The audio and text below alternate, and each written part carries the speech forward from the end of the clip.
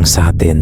Ang sabi niya, ano ba raw ang pinagkaiba ng pagiging relihiyoso at pagiging makadiyos? You see, ito ang mga uri ng tanong na talagang kailangang bigyan ng malinaw na kasagutan ayon sa sinasabi ng Diyos at hindi sa opinyon lang ng tao, nang sa gayon walang malilinlang na nakikinig.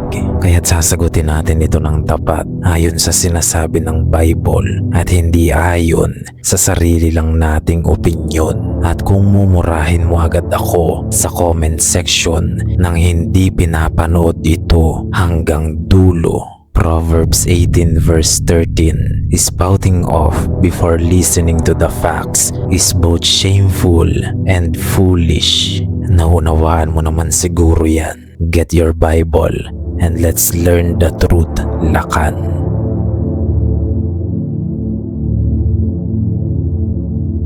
Ang pinagkaiba ng relihiyosong tao at makadiyos na tao ay mapapansin mo agad sa kung paano nila tingnan ang salitang righteousness at lalong-lalo na kung saan nanggagaling ang source of righteousness nilang dalawa. Makinig ka, lakan.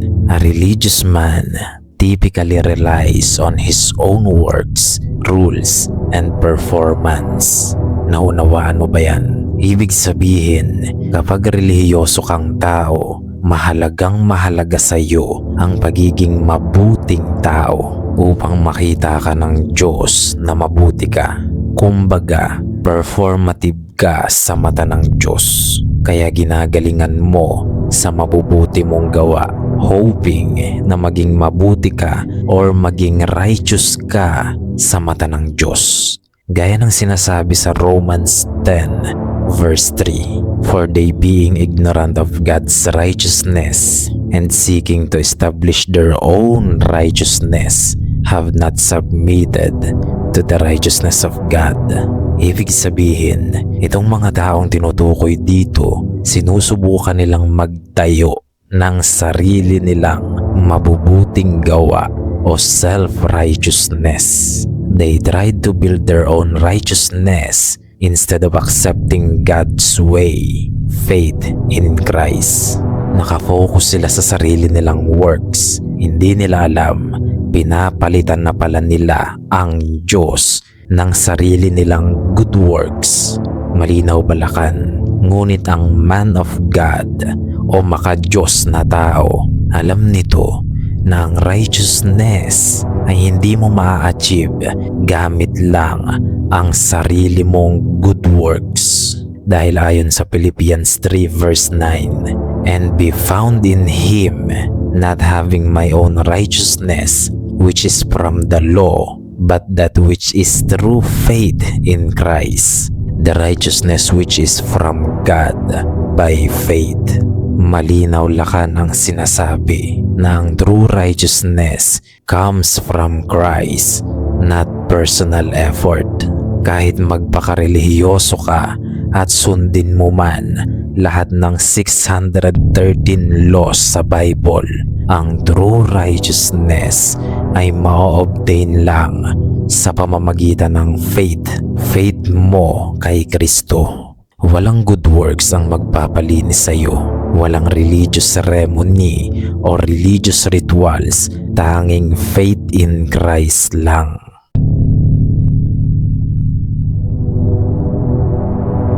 Isa pang pinagkaiba ng relihiyoso at makadiyos ay pagdating sa heart posture nitong dalawa. Alam mo bang si Jesus mismo ang nag-rebuke sa mga religious people noon sa New Testament? Ang mga taong ito daw ay mapagmalinis lang sa panlabas, ngunit mga nabubulok ang ugali sa loob.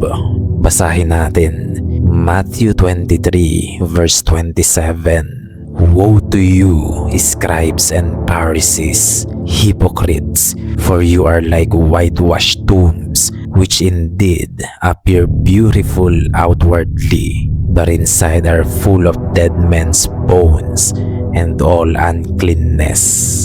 Kay Jesus mismo galing yan, hindi sa akin. sa kanya ka magalit dahil siya na mismo ang nagsabi dyan na itong mga relihiyosong tao na ito ay mga mapagkunwari. Kunwaring nagbabait-baitan kesyo dahil relihiyoso, ngunit sa loob nila, grabe naman pala ang pagkatao. Parang nicho daw sa sementeryo. Sa labas ang ganda-ganda, ngunit sa loob, bulok at mabahong kalansay ang laman. Outwardly clean, but inwardly corrupt. Ngunit ang godly man o man of God, ganito ang sinasabi sa Ezekiel 36 verse 26.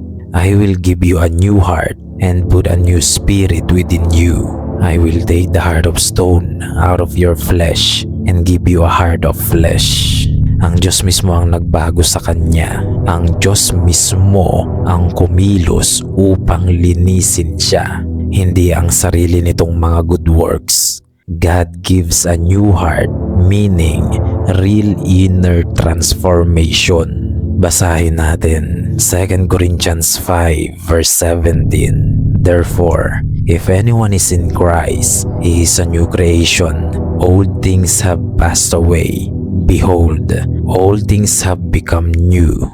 Nalinis ka at naging bago ka, hindi dahil sa sarili mong mga gawa, kundi dahil kay Kristo. Kaya ngayon, bilang man of God, nauunawaan mong ang pagsunod sa mga religious law, hindi ka nito bibigyang transformation, ngunit ang pagsunod kay Kristo, diyan kanya gagawing new creation.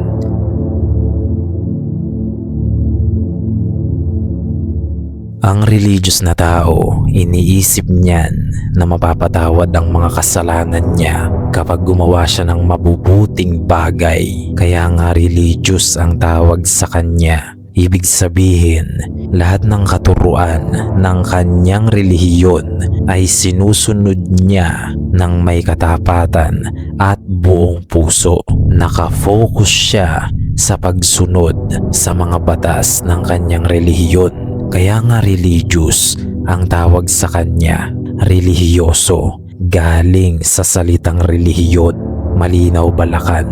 Ibig sabihin, follower of religion, hindi follower of Christ. Dahil kung follower ka ni Christ, Christian ang tawag sa iyo. Christian is a person who follows Christ. Maliwanag balakan. Gaya ng nabanggit ko kanina, ang mga religious na tao, iniisip niyan na mapapatawad ang kasalanan nila kapag gumawa sila ng mabubuting bagay. Ngunit ang sabi sa Proverbs 28 verse 13, He who covers his sins will not prosper, but whoever confesses and forsakes them will have mercy. Ngayon, ang man of God o godly man ayon sa 1 John 3 verse 6, whoever abides in him does not sin. Whoever sins has neither seen him nor known him. Ibig sabihin, kung ang relihiyoso ay gumagawa ng mabubuti para i-compensate ang mga kasalanan niya, ang isang follower of Christ ay hindi na nakikita ng Diyos na isang sinner. Malinaw ba sa iyo yan, Lakan? Dahil isa na nga siyang new creation. Buhat ng siya ay na kay Kristo na. By the blood of Jesus, you are being justified, sanctified, and made holy. Naunawaan mo ba yan, Lakan? Ayaw mong maniwala. Ikaw mismo ang bumasa. Hebrew 10 verse 10 to 14. I will leave it to you.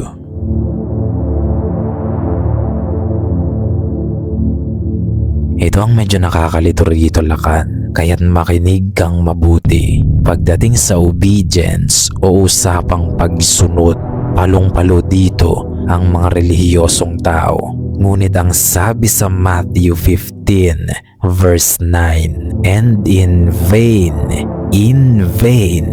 they worship me, teaching as doctrines the commandments of men. Ito ang problema, Lakan.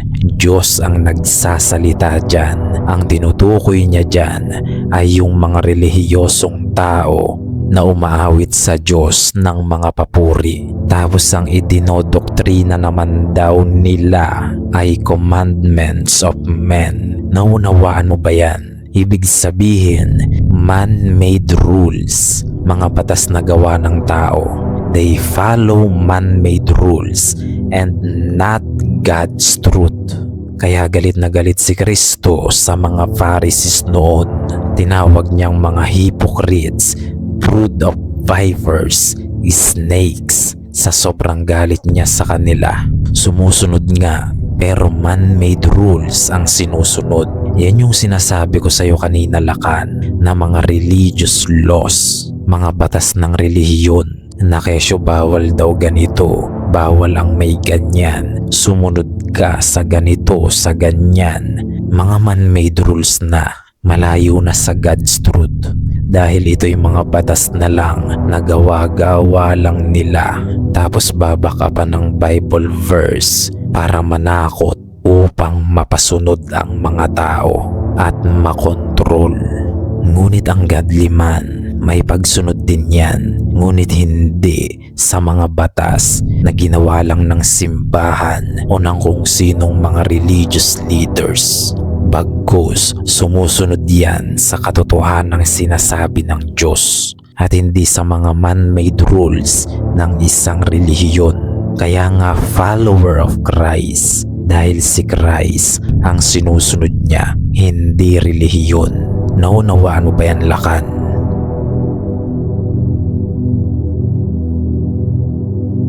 Dito ka, Lakan, mag-iingat. Hindi ko nilalahat, ngunit nagbigay babala na ang Biblia na itong mga relihiyosong tao, kalimitan,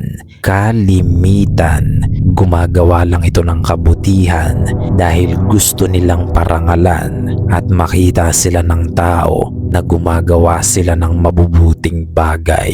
Basahin mo, Lakan, sa Matthew 6 verse 1. Take heed that you do not do your charitable deeds before men to be seen by them. Otherwise, you have no reward from your Father in heaven. Naunawaan mo ba yan, Lakan?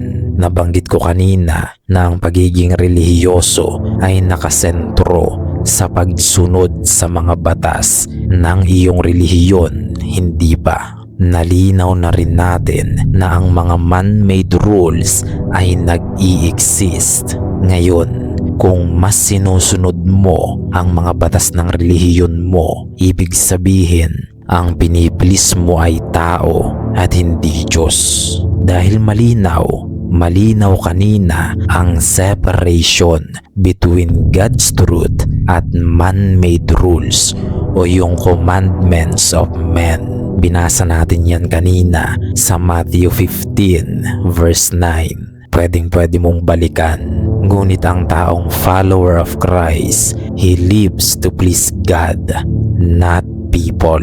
Galatians 1 verse 10. Si Paul ang nagsasalita rito. For do I now persuade men or God? Or do I seek to please men? For if I still please men, I would not be a bondservant of Christ. Kung ang ipiplis daw niya ay mga tao at hindi si God, ibig sabihin, hindi siya magiging bondservant ni Kristo.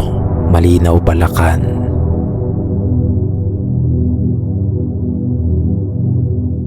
Ngayon, Lakan, ito ang tatandaan mo. Ang relihiyosong tao, nakafocus yan sa panlabas na performance, ngunit walang totoong pag-surrender sa Diyos.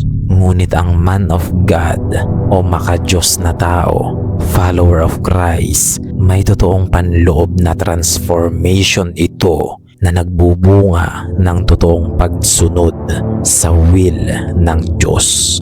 Malinaw ba, Lakan? May isang verse na nagsasummarize ng lahat ng yan. Basahin mo, Lakan. James 1 verse 26. If anyone among you thinks he is religious and does not bridle his tongue but deceives his own heart, this one's religion is useless. Alam mo Lakan, hindi naman ito tungkol sa religion versus no religion. Ito ay tungkol sa false righteousness versus true transformation in Christ. Yan lang yun Lakan. Kaya wala tayong kailangang pagtalunan dahil kung napanood mo ito at relihiyoso kang tao tapos na-offend ka, huwag ka sa akin magalit. Sa Panginoon ko, ikaw magalit dahil salita niya yan, hindi akin. I'm just a messenger. Doon ka magalit sa nagpadala ng message, hindi sa nagdala. Naunawaan. At kung ipagtatanggol mo ang pagiging relihiyoso mo, wala namang problema dyan. Ang tanong lang, nagkaroon ka ba ng totoong transformation mula nang maging relihiyoso ka o naging bulag na sunod-sunuran ka lang sa relihiyon mo? Yan ang tanong dyan Lakan. Ngunit tandaan mo Lakan, self-improvement without Jesus is just a self-obsession. Gayunpaman, marami nga ang makakapakinig, ngunit iilan lang ang makakaunawa. Hanggang sa muli, Lakan.